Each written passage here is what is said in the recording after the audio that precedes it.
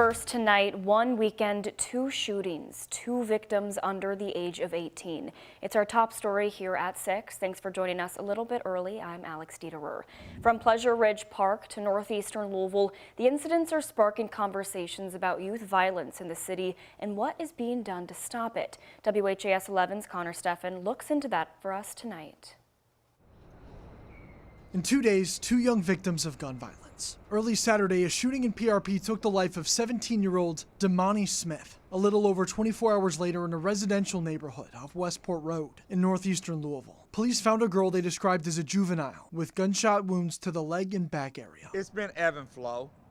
I mean, when you look at 2020, 21, 22, you've seen a real uptick. Recent trends tell us Louisville is seeing a decline in the number of young shooting victims year over year. But still, the age group makes up a majority of shooting victims. There's a consistency that the problem has been redundant for far too long a time. Between 2020 and 2023, nearly 1,400 people under the age of 25 became victims of gun violence. This past year's numbers are the lowest the city has seen in at least 5 years. Everybody in the community, rightfully so, wants to advocate and wants to see a community for safe and healthy kids, right? Chris 2X, who runs the 2X Game Changers organization, says his group treats youth violence like the public health issue it is. We want to treat it at the earliest ages to give some hope before these kids even enter into the high school year space. One barrier to finding solutions he says his group sees is parents not seeking support or embracing outreach. One thing is crystal clear to me out of 23 years of observing this problem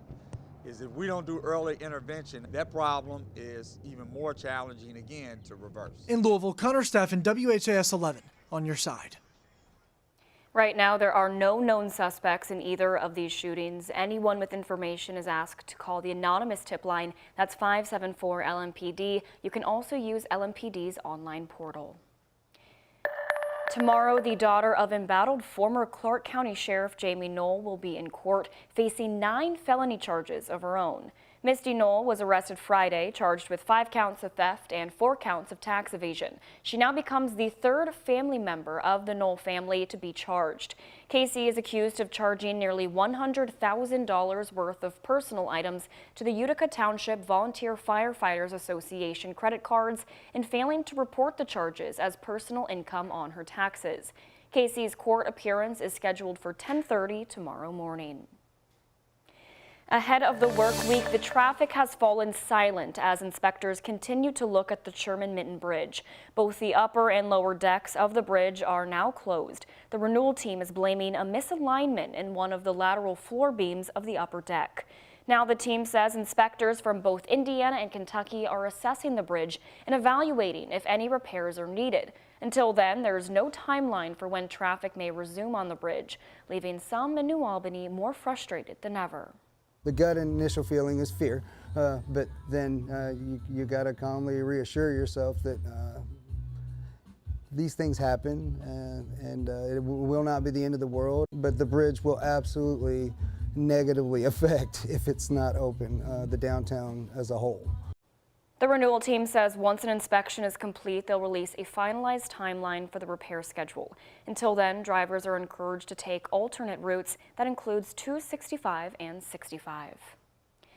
The trial against Louisville Metro Councilman Anthony Piagentini will resume tomorrow. Piagentini is charged with 6 different ethics violations after the Metro Ethics Commission said he used his public office to leverage a new job. Last week, the trial wrapped up with Piagentini's attorney, Michael Swansburg, focusing in on communications between Piagentini and Healthcare Council CEO Tammy York-Day. Piagentini had received an email from York-Day about signing a non-disclosure agreement the same day he attended the Metro Council budget meeting, pushing for money to go to the Healthcare Council. However, Piagentini claims he did not see the email before the budget meeting, something key witness Ethics Commission investigator Jim Griffin said was possible. It is, but I will tell you that, I try to, as we look at these things, try to deal with common sense. If I am also presenting information on a out of budget that involves Tammy York-Day, I'm probably going to pay attention to an email that comes through there. In order for Pantini to be removed, a total of 18 council members must vote in favor of his dismissal. The trial is set to start at 9 tomorrow morning. If things don't wrap up by Wednesday, the final day of the trial will be Friday.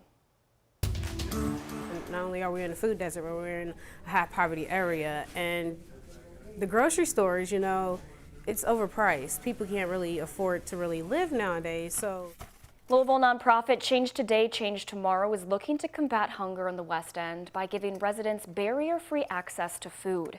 The Feed the West program started 4 years ago, open just on the weekends. Organizers quickly realized how big the need for food was in the West End, and now the program offers food 3 days a week. And they're getting ready to expand their reach once again. While Tuesdays through Thursdays, you can find Change Today, Change Tomorrow at 2500 West Broadway. Starting March 20th, Feed the West kiosks will be back to meet people where they are. The kiosks will be at the New Leaf Clinic off West Muhammad Ali Boulevard and at Alberta Jones Park. Yaya Huddleston with Change Today, Change Tomorrow says the kiosks break down transportation barriers for people and know all too well the feeling of not knowing when your next meal is coming. I understand the need. I've been on the other side where I myself have needed food, and I was one of the people coming through the line at one point in time. So it really motivated and drove me to like, hey, you know, this is amazing what they do and how they do it for the community, and they do it with such kind hearts.